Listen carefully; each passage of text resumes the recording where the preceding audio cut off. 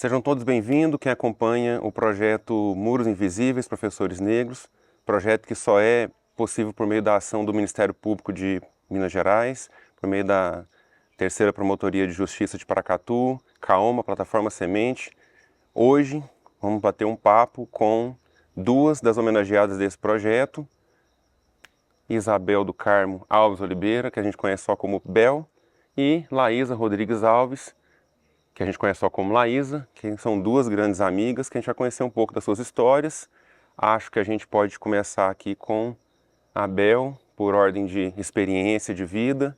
Bel que tem experiência demais na educação municipal, estadual, particular, hoje já aposentada, né, Bel? Aposentada. Fala um pouquinho da experiência da educação que a senhora tem. Assim, eu comecei na educação muito cedo, comecei por volta de 16 anos, quando eu tive a minha primeira experiência, foi uma experiência na rede municipal, surgiu um curso para ser feito por professores. Eu ainda estudava e arrisquei, falei assim, eu vou fazer esse curso. Eu conseguindo, eu tendo condições de fazê-lo, eu vou fazer. Então, fui fazer este curso e foi a minha primeira experiência com a educação. Trabalhei na educação infantil por vários anos, na rede municipal. Depois veio uma experiência que eu poderia ir para a rede particular de ensino. Então, eu fiz opção para a rede particular porque era mais garantido para mim. Eu poderia trabalhar mais anos porque na rede municipal eu teria que trabalhar anualmente. E na rede particular, não, eu já tinha um contrato, já tinha mais uma condição melhor de estar trabalhando por mais anos, Estável naquele momento. mais estável.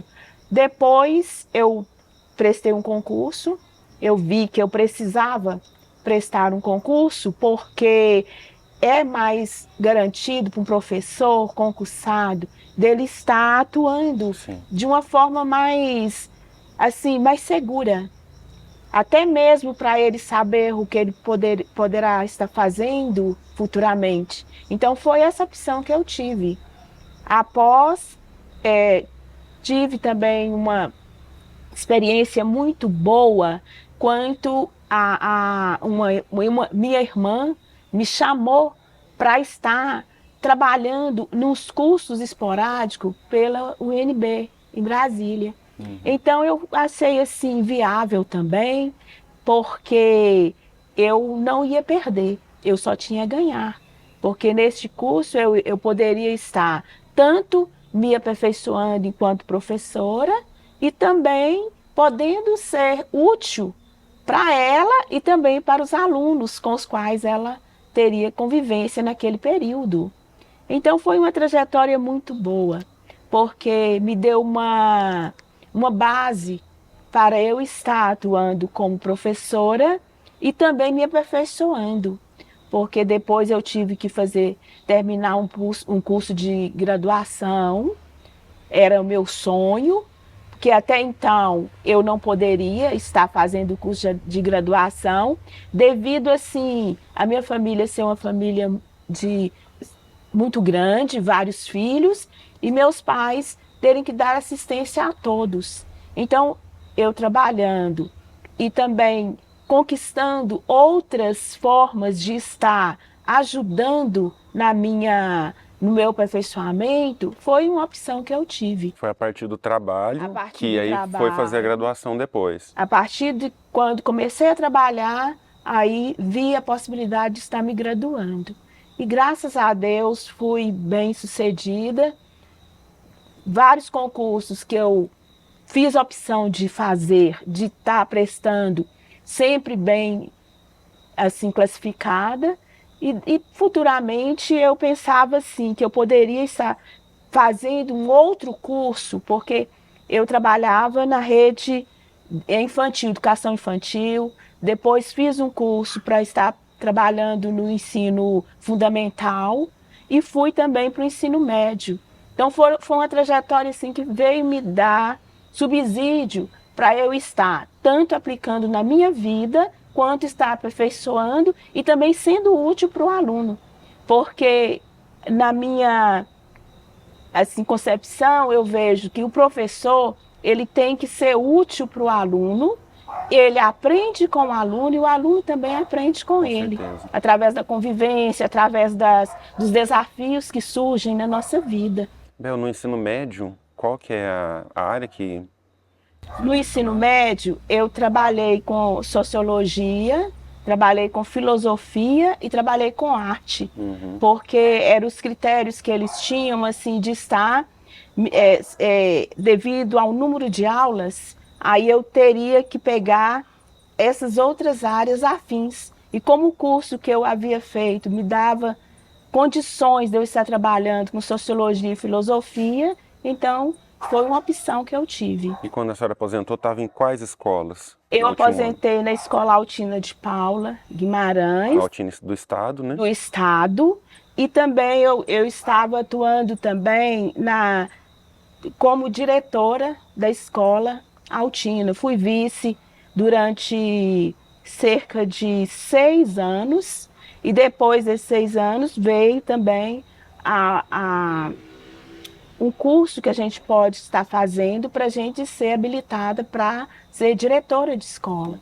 Aí fiz o curso, trabalhei 4 anos e meio na direção da escola. Antecedente, eu era bibliotecária, trabalhava na biblioteca da escola e também ministrava no outro horário aulas de artes, porque foi algo assim que desde criança era um sonho de criança que eu tinha e que graças a Deus deu para eu estar realizando. Nossa, é tanto que é engraçado, porque na educação a gente ouve que a partir de experiência de casa, as pessoas têm vontade de ser... E professor está Isso, na educação, né? A gente isso. começa brincando e de repente vira vocação.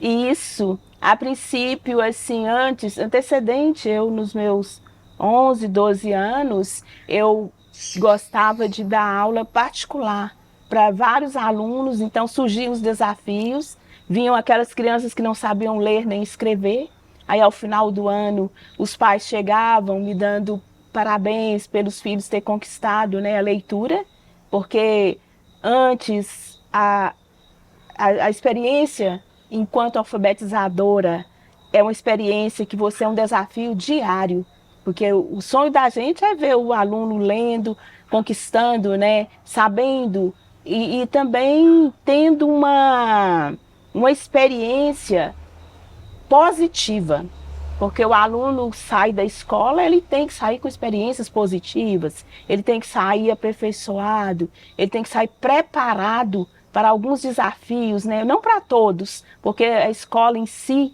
se ela for trabalhar nesse sentido de preparar o aluno de forma total, ela às vezes falha, porque nós somos seres humanos, né? Dotados de uma sabedoria muito grande, mas às vezes a gente falha. E aí eu creio assim que o aluno ele vê as possibilidades, mas tem alunos que estão muito além da gente, que ele já adquiriu várias habilidades e a gente vai só trabalhando aquelas habilidades, de forma que ele não perca a visão geral, que é do conhecimento e de também estar apropriado para estar realizando aquilo que o objetivo maior dele, que é aprender e conquistar e também aplicar a aprendizagem dele naquilo que ele tem como meta, como objetivo. Bel, a senhora mencionou sobre a alfabetização e eu tenho um filho de 6 que está nessa fase de alfabetização e como é bonito, diversas eu me pego chorando porque a descoberta é tão bonita, mas ela é tão bonita porque o Arthur, ele, como qualquer outra criança, né, vai conhecendo o mundo e pergunta as coisas e começa a perguntar o significado das palavras, porque ele lê e agora quer entender o que é o significado da palavra. E realmente a alfabetização ela é o mundo que abre para a criança. É muito bonito esse processo. A educação infantil, Laísa também. Laísa já foi minha coordenadora. Ela já coordenou enquanto eu fui professor de uma escola, mas agora recentemente Laísa é coordenadora da educação infantil da rede municipal, já trabalhou na gestão também. Fala mais dessa experiência da Laísa até aqui. É isso, boa noite a todos. Esse ano eu estou completando 10 anos na minha caminhada na educação, onde eu iniciei como coordenadora pedagógica desta escola que você lecionava e, paralelo a isso, também como professora do Normal Superior, uma escola estadual aqui de Paracatu. Posteriormente, passei um concurso público na área da educação infantil, como educadora de creche, e depois fui para a área da gestão educacional, onde fiquei durante 6 anos como diretora da escola Coraci Meireles, e tive a oportunidade, então, de agora estar como coordenadora da educação infantil do município de Paracatu. Um enorme desafio. Um enorme desafio, visto que é a educação infantil que é a base, né, para todo esse processo de descoberta, de aprendizado, onde a Bel bem fez referência. Então, é um desafio muito grande e me sinto muito lisonjeada e responsável por este processo. Nós temos em Paracatu por volta de 108 salas de aula que contemplam a pré-escola e por volta de mais 120 turmas da creche. Então é uma responsabilidade muito grande e é uma demanda também muito grande, totalizando aí cerca de 3.000 alunos da educação infantil. Que não cuida só, assim, da educação propriamente dita, né? Isso. É onde eles se alimentam, trocam, onde eles vivem, aprendem. É isso, onde passam a maior parte do seu dia, principalmente na creche. E aí aqui em Paracatu a gente tem o privilégio de ter uma alimentação de extrema qualidade, um cuidado pedagógico, um cuidado da higiene pessoal mesmo dessas crianças. Então Paracatu está aí com um passo à frente na educação infantil. Laísa, você sempre quis ser professora? Sempre quis estar na educação? Então, o que acontece? Eu me senti muito instigada pela minha mãe. Ela sempre falou para mim e para os meus irmãos da importância que a educação teria em nossas vidas e que só através da educação é que a gente poderia alçar grandes voos e ser aquilo que a gente quisesse ser. Ela que é a 7ª filha de uma família grande, de 11 irmãos, e que foi a primeira a ter a oportunidade de concluir o 2º grau. Na época falava assim, né, 2º grau. Em um determinado momento da vida dela, ela teve a oportunidade de sair de Paracatu, mudou-se para Brasília e foi cuidar de 2 crianças. E eu percebo hoje que foi naquele momento que ela teve essa virada de chave, que realmente seria através da educação. A dona dessa casa, a mãe das crianças, era professora e ela ficava a maior parte do tempo nos cuidados mesmo com essas crianças. E aí depois ela retornou para Paracatu, mas ela já havia concluído lá o ensino médio, o 2º grau, não teve a oportunidade de fazer um ensino superior, mas ela sempre trazia para os filhos essa importância de que somente através do estudo, da leitura, e ela que tinha uma caligrafia impecável, era muito adepta à leitura, então ela conseguiu plantar essa sementinha em mim. Então a partir daí é que eu realmente entendi que o papel da escola é fundamental e que eu gostaria de estar lá fazendo a diferença na vida das crianças e da comunidade escolar como um todo. Que legal. E falando do aspecto mais pessoal, você ficou órfã muito cedo. Sim. E as pessoas te reconhecem como uma pessoa muito séria, muito firme no que você faz. E eu acredito que a perda dos pais tão cedo meio que obrigou também você a vestir essa carapaça, né, de uma pessoa que é muito firme para dar conta não só da educação, mas da vida como um todo, né? Como que foi essa passagem, esse momento, assim, que eu imagino que tenha sido muito difícil, assim, da sua vida? Sim, infelizmente eu fiquei órfã aos 15 anos. E aí de lá para cá a responsabilidade pesou, né? Em diversos segmentos da vida.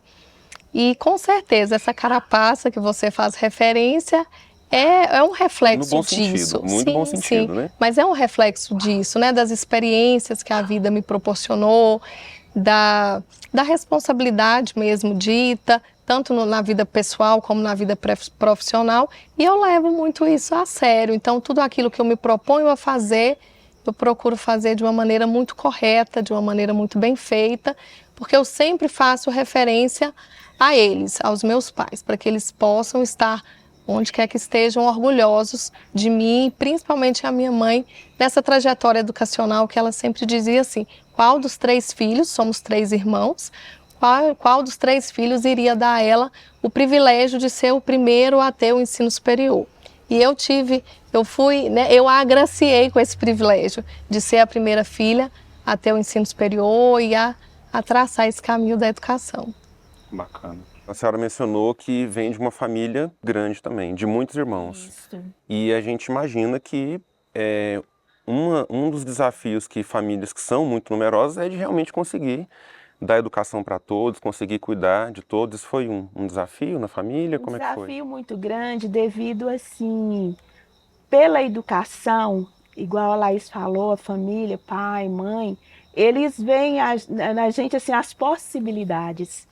Então, dentro desse contexto, a gente, sendo os irmãos mais velhos, os menores seriam educados por nós. Então, seguir o caminho que a gente trilhou. Se você está bem sucedido, o outro se espelha em você. Assim também a gente vê os nossos alunos, o professor que tem uma propriedade de chegar na sala e falar de uma educação libertadora, de uma educação assim, com as possibilidades, os alunos acreditam mais nesse professor. E assim, a questão da educação, ela vai muito além daquelas 4 paredes da escola.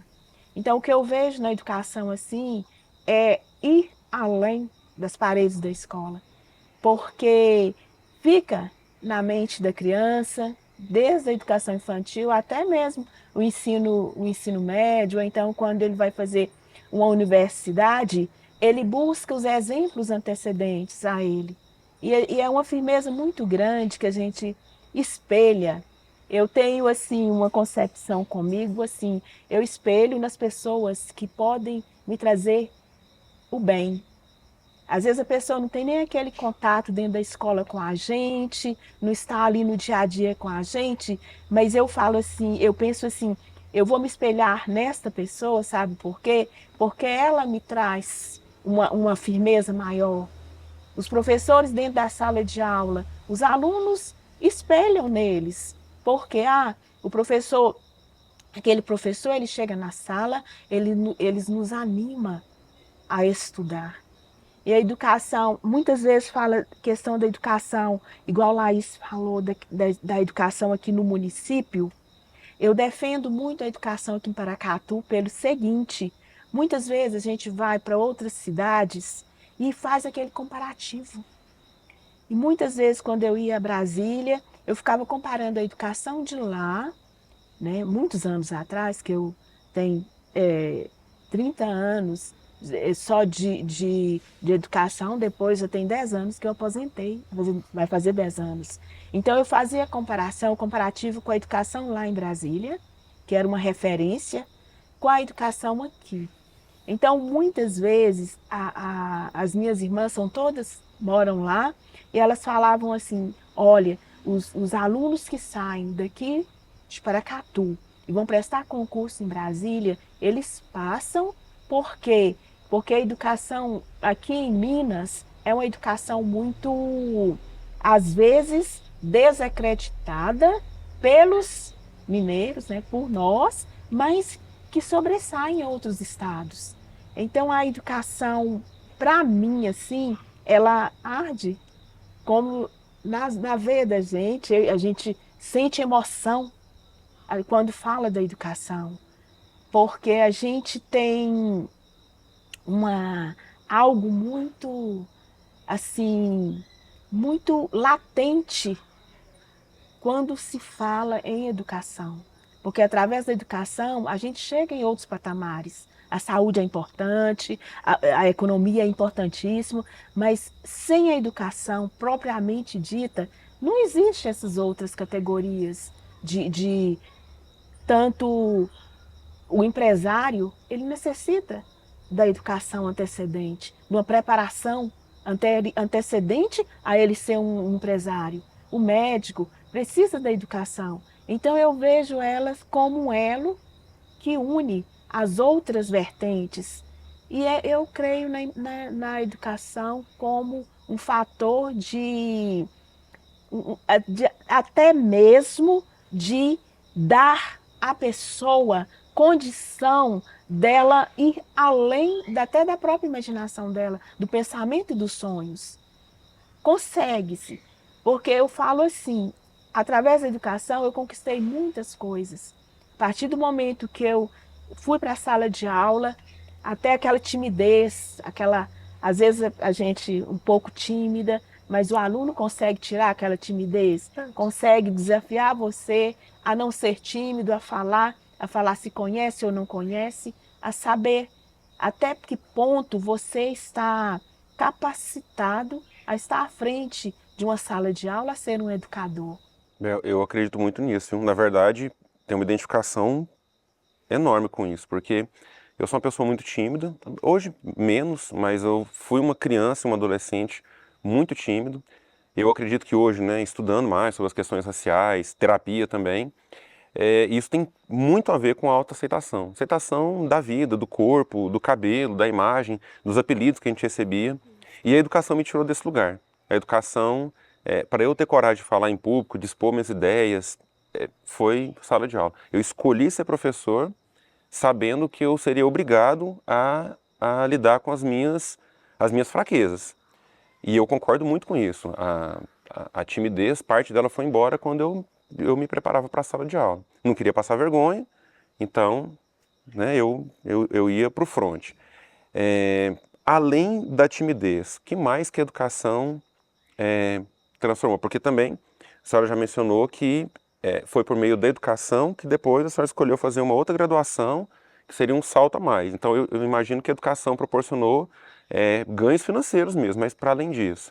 Assim, É uma família toda negra, isso, família toda, isso. pais negros, irmãos negros, e isso foi algum desafio em algum momento? Um desafio muito grande, porque nas várias escolas que eu trabalhei, às vezes eu chegava na escola, já cheguei na escola de eu ser a única negra da escola. Então, eu via, assim, um desafio maior, porque como que eu ia fazer? Às vezes chegava no primeiro dia, quando se deparava uma clientela, aquelas pessoas todas brancas e a única negra da escola.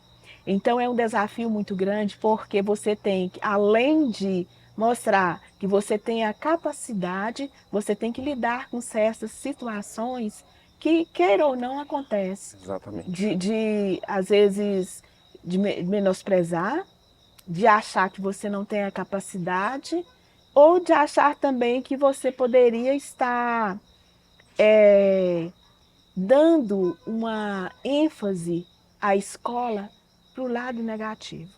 Então sempre eu gostei assim de trabalhar assim de forma bem cautelar para que não essas inferências não viessem me prejudicar enquanto profissional. Mostrar a profissional que sou, a capacidade que eu posso fazer, até que ponto eu posso ir. E algo muito interessante eu vejo é o seguinte, através de ler muito, porque a princípio eu trabalhava numa biblioteca. Então eu lia constantemente, conhecimento, procurava assim vários autores que pudessem me dar uma base para um embasamento para eu estar saindo de determinadas situações. Aí eu procurava ler, via assim a questão dos cursos que eu poderia estar fazendo, porque são situações que às vezes se você chegar em casa depois de um dia de trabalho, onde você além de ter um enfrentamento na sala de aula, você tem um enfrentamento também de algumas pessoas que não te aceitavam enquanto profissional. Já teve uma época que eu cheguei na escola enquanto diretora e às vezes chegava e procurava assim, eu estava lá e falei, cadê a diretora? Né? E isso me deu porque sempre eu levava assim para o lado mais o lado racional e também para o lado que eu fazia assim com que eles não sentissem que eu estava ali dando uma ênfase negativa para a escola. Eu via que eu estava ali, apropriei daquela situação, estava ali como uma pessoa, uma educadora ou uma diretora que tinha embasamento, que tinha capacidade de estar ali na liderança. Porque muitas vezes falava assim, Bel, você é muito calado, você é muito quietinha. Mas eles não sabiam que por trás daquela Bel, calada, quietinha, tinha alguém que estava preparando, que eu estava estudando para estar ali. Ou no enfrentamento diário, ou lidando com as questões raciais. Porque muitas vezes essa aceitação, tem determinadas pessoas que não aceitam. Mas, graças a Deus, ao longo do percurso da minha vida, eu tive condições de estar tratando e lidando com essas situações de forma muito sutil e sem dar, sem me prejudicar e nem prejudicar o outro. Porque eu queria ser útil, queria mostrar, eu tenho condições, tenho capacidade e tenho conhecimento para estar ali. Mas não é justo, né? Pensa, qualquer pessoa negra numa sociedade racista tem que pensar, além do trabalho, tem que pensar em parecer ser competente. Imagina o tanto que seria melhor se a gente concentrasse todas as nossas energias, nossos esforços no que a gente vai fazer. Porque é isso que o racismo faz, né? Os muros invisíveis são esses, que parecem não estar lá, mas colocam a barreira o tempo todo. Então, quem que é que parece competente numa sociedade racista? Quem não é negro. Então, todas as pessoas não negras não têm a sua competência questionada de primeiro, de cara. Isso é horrível, porque é o tempo todo tentando demonstrar. Cadê a diretora? Não pode ser diretora. Não é possível que uma pessoa negra vai ser diretora da escola. Então, é muito ruim que isso passe na cabeça das pessoas antes de qualquer coisa. Antes de saber o seu nome, antes de te cumprimentar, antes de saber da sua trajetória, já tem certeza que diretora a senhora não é outra pessoa, cadê? Então é muito difícil e eu acho que é daí que vem a beleza e a importância de um projeto como esse, sabe? Porque essas pessoas que se incomodam têm que passar hoje na frente de uma exposição muito bonita e ver que os profissionais, quase 10 anos depois de aposentada, a senhora é lembrada pelo trabalho, pela contribuição que a senhora deu na educação. E a educação em si, ela dá para a gente uma propriedade muito grande, porque através das outras pessoas conhecer a sua competência, às vezes nessa mediana você convive com outras pessoas que estão estudando, estão buscando e você também está ali. Porque sempre a gente tem que ocupar os espaços necessários e aquele espaço de forma que você vai ver, vai encontrar os desafios e ter condições de sair deles. Porque são desafios muito grandes. Você chegar numa escola em que a maioria das pessoas são brancas, as pessoas olham para você e você tem uma condição maior de estar ali e uma condição também de mostrar para eles, eu estou aqui pela minha capacidade. Não porque eu fui colocada aqui de forma aleatória. Eu estou aqui pela capacidade que eu tenho de estar, porque eu conquistei. E uma coisa muito grande, assim, Kennedy, que eu, na minha vida, na minha trajetória, até hoje, eu procuro fazer cursos, ler, conhecer, ter embasamento para eu saber como lidar com a situação e como apresentar para a pessoa, olha, eu estou aqui, eu tenho condições, eu sou uma profissional, eu sou uma educadora. E um desafio muito grande também é você estar na frente de uma sala de aula durante um ano e, quando chega ao final do ano, os pais, todas as pessoas que lidam com a educação em si, até a própria superintendência vê, houve progresso. Foi positivo, deu certo, porque a educação tem que dar certo, ela tem que ser uma educação mais assertiva, para que os nossos alunos, os alunos, as pessoas que passaram por nossas mãos, eu falo passaram por nossas mãos, né? Porque nós estamos ali no dia a dia, como se fosse um laboratório, que você está ali cada dia fazendo os experimentos e que deem certo. Sejam assertivos e que você vá ser útil para a pessoa. Passou, foi meu professor, foi minha professora e foi muito útil para mim, porque me deu exemplos, me ajudou. E uma coisa muito grande que eu via dentro das escolas em si, o aluno negro, ele tem uma... Além de estar na sala de aula, assim como eu enquanto profissional, ele também tem os desafios dele. Eu procurava sempre ter essa convivência e dar condições do meu aluno negro, indiferente de ser negro ou branco ou pardo ou índio ou cigano, de eu estar ali à frente, apresentando para ele: eu estou aqui, eu sou sua professora, eu estou aqui para te ensinar, para te ajudar, para te auxiliar. Assim como você tem os seus desafios, eu também tenho os meus. Então eu vejo na educação assim uma importância muito grande nessa situação. Os meninos, em particular os meninos negros, eles carecem de carinho. Porque é aquilo que a gente fala, se nós adultos passamos pela peste de pessoas que não são competentes, pessoas que, sabe, às vezes está ali por um favor, né? As crianças também deixam de receber carinho por serem crianças negras, né? Claro que sim, a gente tem que cuidar da educação como um todo, mas uma cidade em que quase 75% da população é negra, é normal que na educação pública, que grande parte do nosso trabalho é na educação pública, a grande maioria dos alunos serão negros também, e eles chegam carentes de carinho. O suporte e hoje, assim, depois de estudar, depois de compreender mais, minha relação em sala de aula é outra, porque a gente precisa ser firme, porque a gente precisa mostrar para eles que a vida é difícil, mas não pode faltar com carinho. Isso. Falando em formação, você está fazendo uma pós em relações étnico-raciais. Além da formação que você tem, de onde você viu a necessidade de fazer uma formação específica nisso, Laísa? Sim. Eu sou quilombola também, da comunidade do Machadinho, isso. E aí eu vi a necessidade mesmo de cursar essa pós-educação para as relações étnico-raciais, justamente para eu conhecer mais toda essa amplitude, como a Bel bem disse, ter embasamento teórico, né?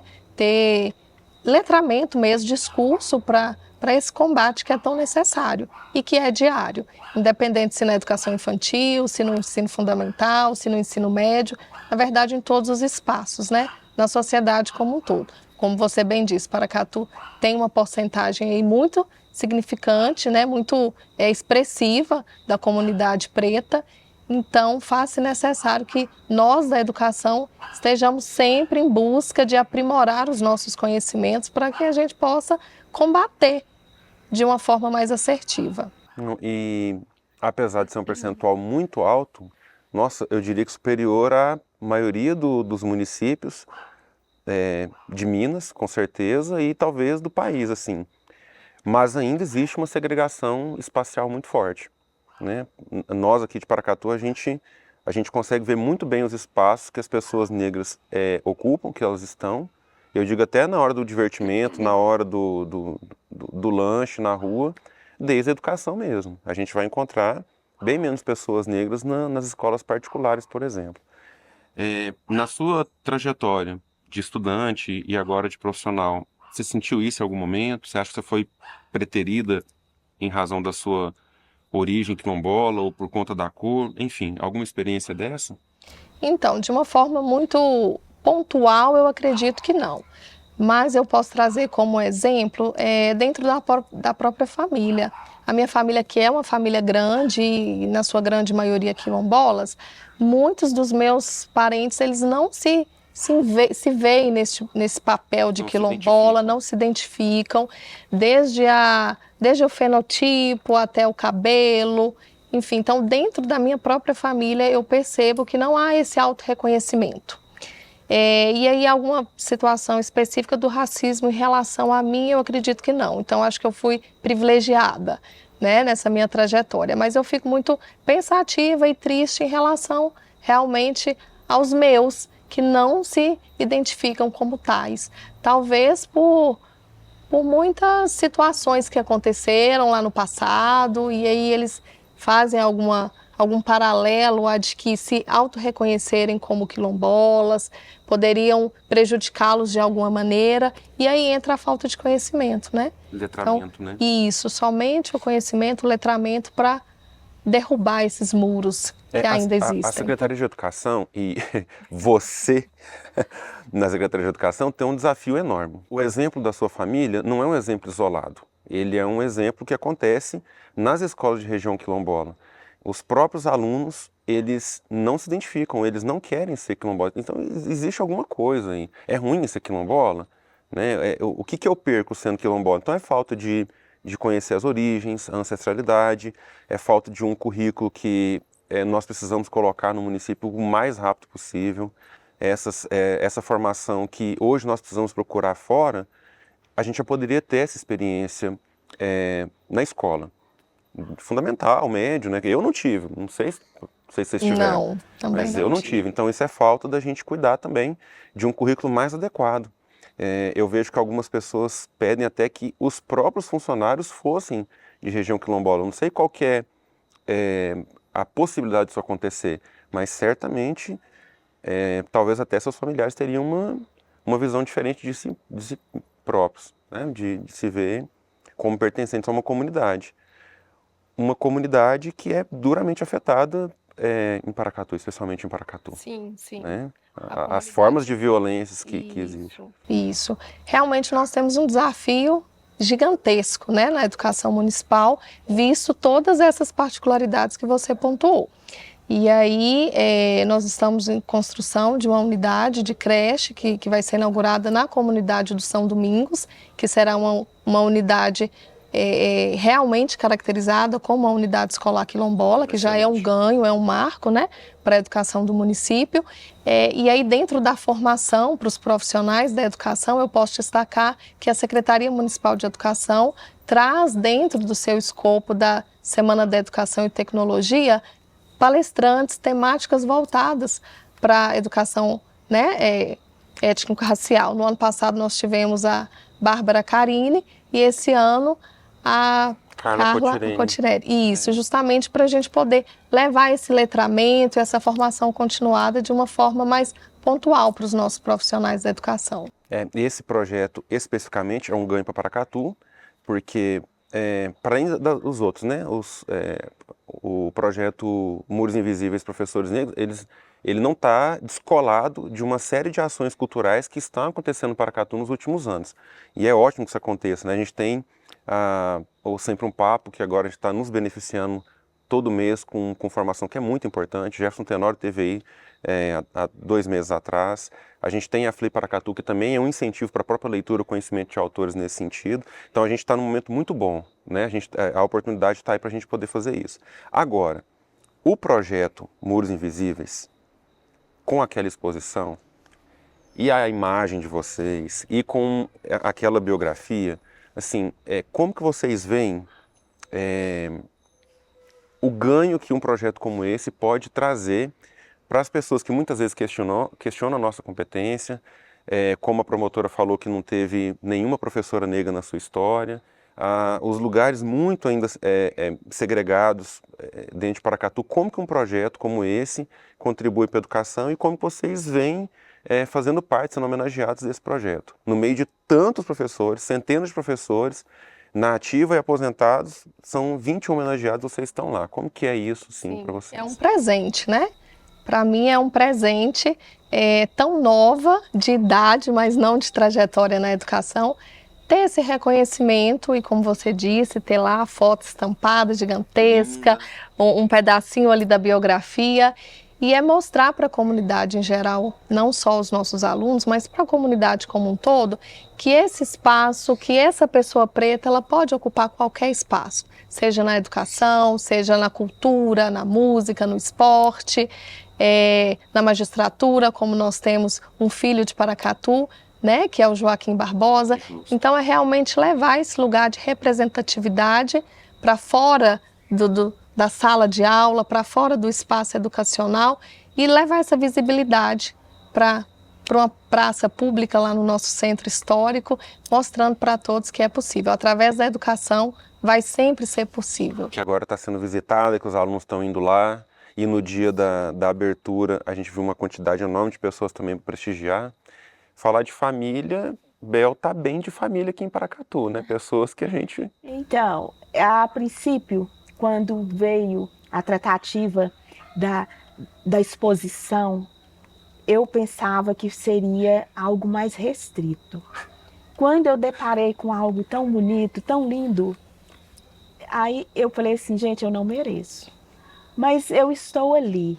Então agora é eu começar a lidar com essa nova proposta, porque se fosse há anos e anos atrás, eu falaria assim, meu Deus, quanto ganho.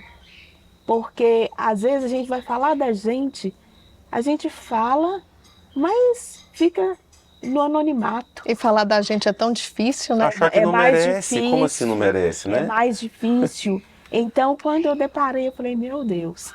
Aí eu vi a grandiosidade da exposição, me senti assim muito agradecida a Deus pelo reconhecimento e também por eu estar representando meus colegas negros. Porque imagina, uma negra tá lá, aí, não porque eu fui atrás, eu quero ser, mas porque foi uma seletiva, foi algo assim bem sutil que eu não esperava. E eu estou assim muito agradecida, momento de gratidão muito grande por ter essa exposição, porque quando teve a de Portinari, eu maravilhada, algo assim, para mim, eu falei, meu Deus, se eu tivesse na sala de aula, dando aula de artes, ou tanto que eu poderia ter sido mais útil para os meus alunos, mostrar aquela grandiosidade. E eu estar ali, agora, eu não pensava. Sinceramente, foi algo para mim, assim, foi algo assim, inusitado. Mas eu fiquei muito agradecida. E quando vocês falaram assim a questão da pessoa negra estar apropriando do espaço, porque a gente, na vida da gente, a gente faz as assertivas, muita coisa positiva, mas graças a Deus eu estava pensando que o negativo não prevaleceu. Muitas coisas positivas. Enquanto a trabalhar dentro da escola, eu consegui, nós, não falo eu não, nós, o quadro de professores, o quadro de diretores de Paracatu, na época e agora também, consegue trabalhar de uma forma mais assertiva, com mais propriedade. Porque antes ia falar, não, não pode. Mas você consegue trabalhar com os projetos bem, assim, bem embasados, com muita propriedade, com muita responsabilidade. Aí a gente consegue trabalhar. Então eu creio assim que de agora para frente houve muitas mudanças e muito incentivo através das políticas públicas.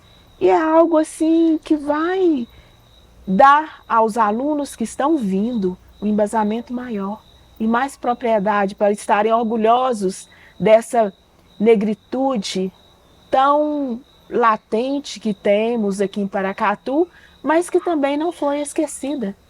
Não é esquecida e também tem condições de estar levando até para fora do país essa nossa cidade de uma educação tão boa e que também está olhando o lado da pessoa que foi menosprezada, mas agora está tendo vez, voz e também visibilidade. Justo. Tá? Nós da educação, nós temos um compromisso muito grande, assim, bem no comecinho da sua fala, Bel, a gente falou sobre os profissionais que passaram pela educação. A educação faz muita falta em algumas pessoas, né? E eu digo não educação formal, porque querendo ou não, às vezes a matéria de escola a gente esquece. Isso. Mas a gente não esquece o que os professores fizeram, a gente não esquece as experiências. E eu acho que quando os alunos, quando os meninos vão à praça e vê aquela exposição, eles têm orgulho, sabe? Eles falam assim, essa aqui é a minha professora, essa aqui foi a minha, como eu vi no dia. Na apresentação eu falei, gente, mas que bom que vocês escolheram, ela me deu aula, nossa, como é bom ver ela ali. E ela nem chegou a tempo de dar um abraço na professora que tinha sido homenageada, mas é porque é isso, é despertar o melhor sentimento nas pessoas. Se, por um lado, a gente tem um enfrentamento daqueles que acham que é injusto, que não deveria estar, por que está fulano e não está ciclano, por outro lado, a gente sabe que o efeito é muito mais positivo, ele é necessário por provocar exatamente esse orgulho, sabe? Esse sentimento que vocês carregam, que é muito merecido, né? Independente do tempo de profissão, é muito merecido vocês estarem lá, estarem representadas e principalmente, né? No lugar de outras pessoas que vocês representam, família, colegas de profissão e amigos também. E é isso. Uns dias depois da abertura da exposição, eu encontrei um aluno lá da Escola Coraci, enquanto eu era diretora, e aí ele me parou na rua e falou: Tia Laís, eu te vi lá na praça, nossa, mas você tá linda, eu te vi e tal. Então, assim, é isso que a gente está falando, é essa representatividade e esse legado mesmo que a gente deixa, né, na vida dessas crianças e desses adolescentes, porque eles muitas vezes se espelham em nós, e às vezes a gente não tem nem noção disso. Então é muito bacana. Nós não sabemos o efeito que a gente provoca nos alunos. Nós não sabemos, nós temos dimensão de como isso pode ser positivo e, infelizmente, às vezes negativo também. Sim. É um olhar, é uma resposta, é uma falta de cuidado que às vezes você condena uma pessoa.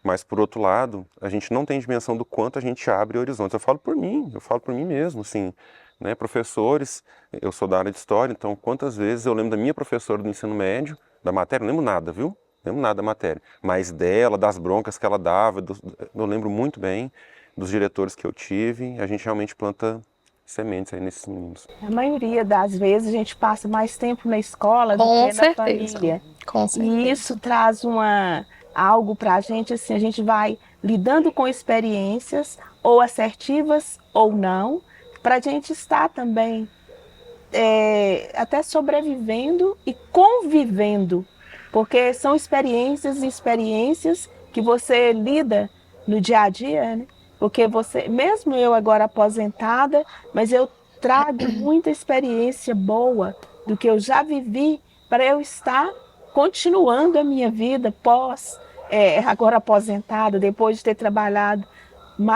foram 35 anos de trabalho na educação, no dia a dia, na sala de aula, e de repente você depara assim, meu Deus, como que eu cheguei até aqui?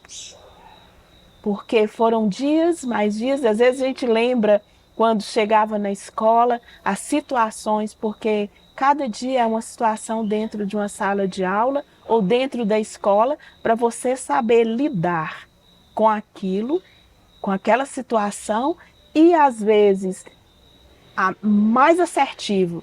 Eu faço essa reflexão, coisas mais assertivas do que coisas negativas.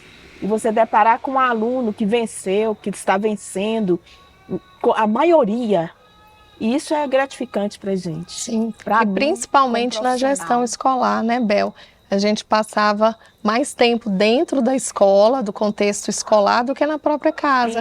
Então, com esse envolvimento com a comunidade escolar, com os professores, com os alunos, a gente vai sim se envolvendo ali no contexto cultural mesmo da comunidade em que a escola está inserida, e a gente vai tendo a sensibilidade de entender cada aluno, porquê do comportamento, às vezes a necessidade de um abraço, de um sorriso, né? O porquê que aquela criança está tendo, às vezes, um baixo rendimento. Então, assim, o profissional da educação, ele tem um papel primordial nesse desenvolvimento, seja da criança pequena ou do adolescente, e essa sensibilidade, ela tem que ser cada vez mais apurada, né, pelo profissional da educação, seja na gestão, em sala de aula, na cantina, enfim, todos aqueles que perpassam pelo aluno. Muito bem. Quero agradecer a todos que acompanharam até aqui a entrevista. O projeto Muros Invisíveis Professores Negros tem a exposição que vai ficar até setembro. Quem é de Paracatu, quem está próximo, vem visitar. O ciclo de entrevistas vai estar disponível aqui também, pode acompanhar os outros homenageados. Agradecer mais uma vez o Ministério Público de Minas Gerais, Kaoma e Plataforma Semente por essa oportunidade de estar aqui e principalmente quem está acompanhando até agora. Obrigado, Laísa, obrigado, Bel, e ficamos por aqui.